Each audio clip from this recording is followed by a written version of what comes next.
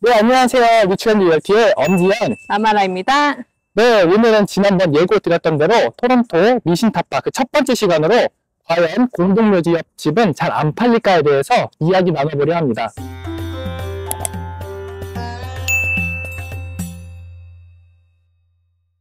토론토는 정말 많은 인종과 다양한 문화권의 사람들이 모여 사는 도시죠. 그런 이유로 토론토에서는 다른 나라와는 다르게 어떠한 미신을 두고 여러 반응으로 갈리는 경우가 많습니다. 간단한 예로 동양권에서는 숫자 4번이 불길한 숫자로 여겨지는 반면에 서양권에서는 13을 불길한 숫자로 여기죠. 그래서 요즘 짓는 콘도에는 4층과 13층 둘 다 스킵하는 경우가 많이 있습니다. 이와 같은 맥락을 봤을 때 캐나다에서도 특히 토론토에서도 동양권의 나라처럼 공동묘지 옆 집은 다른 집들과 비교했을 때 잘 안 팔리는지에 대해 궁금증이 생겼고요. 이 프로젝트를 시작하게 됐습니다. 자, 그럼 오늘의 주제를 두 지역으로 나눠서 이야기해 보도록 하겠습니다.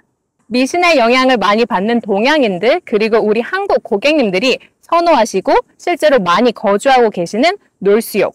이 지역에는 총 87만 명 이상의 인구가 살고 있고 그중에 13%가 중국인 그리고 한국인이 3%를 차지하고 있다고 합니다. 이 놀수욕 한가운데에 유명한 공동묘지가 있죠. 바로 요크 세메터리입니다. 이 공동묘지는 베서스트부터 비크로프트 사이 그리고 파크홈부터 버넷 사이를 가득 채우는 172에이커 즉 21만 평에 달하는 엄청난 규모로 이루어져 있습니다. 이 공동묘지의 북쪽 사이드와 남쪽 사이드는 여러 디태치드 하우스들이 줄지어 지어져 있는데요. 제가 구글맵을 켜서 일일이 세봤더니 260채가 넘는 집들이 이 공동묘지에 딱 붙어 있었습니다. 자, 과연 뒷뜰에서 공동묘지를 바라보는 이 집들은 정말 잘 안 팔릴까요? 많은 분들이 익숙하신 길 이름 파크홈 애비뉴에 있는 매매 내역을 확인해 보았습니다. 지난 22년 12월부터 23년 2월 사이에 3개의 집들이 한 달 정도 간격으로 팔렸었는데요. 22년 12월 1일에 팔린 119 파크홈 애비뉴는 리스팅된 지 8일 만에 리스팅 가격 248만 9천 불에서 240만 불에 3.6% 정도 낮게 팔렸고 한 달 뒤에 23년 1월 9일에 팔린 170 파크홈 애비뉴는 마켓에 54일 동안 머물러서 리스팅 가격 254만 9천 불에서 253만 9천 불로 단 10,000불 차이로 낮게 팔렸습니다. 그리고 또 약 한 달 뒤인 23년 2월 19일에는 117 파크홈 애비뉴가 DOM 20일 만에 리스팅 가격 139만 8천 불에서 137만 500불에 2% 정도 낮게 매매가 됐습니다. 원래 이렇게 멀티밀리언 집값이 높을수록 팔리는 기간이 좀 더 길어지는 편이고 22년 말부터 23년 초의 겨울은 원래 슬로우한 겨울 마켓이었는데 더 특히나 세일즈 양도 지난 2년에 비해 40%가량 줄고 에버리지 프라이스도 소폭 낮아졌던 마켓입니다. 지난 2년 동안 이 공동묘지 옆 총 27채의 집들이 리스팅 되었었는데요. 막상 안 팔린 집은 4채밖에 되지 않았었습니다. 전반적으로 부동산 시장이 활발하면 더 짧은 기간에 더 비싸게 팔리고 마켓이 좀 슬로우하면 좀 더 오래 걸리고 조금 낮은 가격에 팔린다는 공식은 여기도 똑같이 적용이 됐었고요. 대신 공동묘지 옆 집이라고 해서 안 팔리지 않는다는 것을 확인하였습니다.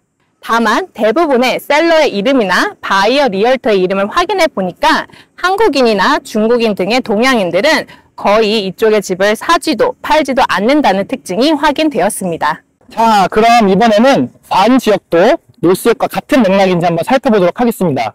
우선 반에 대해서 짧게 이해하고 넘어가야 될 것 같은데요. 2021년 통계청에 따르면 그해 13,030명의 이민자가 반으로 정착하였고요. 반에는 총 217개국의 사람들이 모여 살고 있다고 합니다.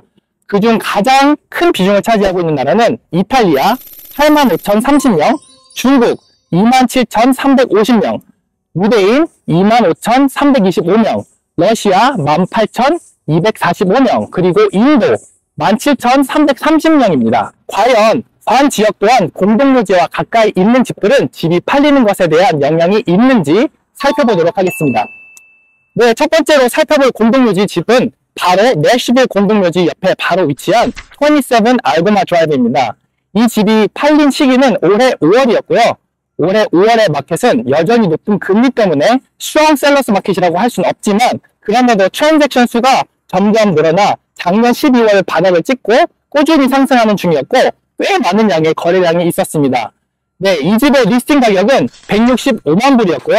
솔드 프라이스는 그보다 살짝 아래인 163만 5천 불이었습니다. 같은 지역의 공동묘지와는 조금 거리가 떨어진 집을 비교해서 살펴보도록 하겠습니다.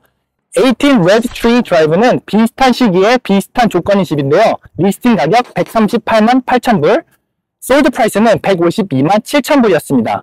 이렇게 가격만 놓고 비교를 하면 공동묘지 옆에 집이 있든 거리가 있든 큰 차이가 없어 보이죠? 하지만 우리가 중요하게 여겨야 되는 게 하나 있죠. 네, 바로 DOM인데요. 시장에 집이 올라오고 나서 며칠이 걸렸나, 팔리는데 며칠이 걸렸나인데요. 첫 번째 집의 경우 36일이 지나서야 팔렸고 두 번째 집의 경우는 단 4일 만에 집이 팔렸습니다.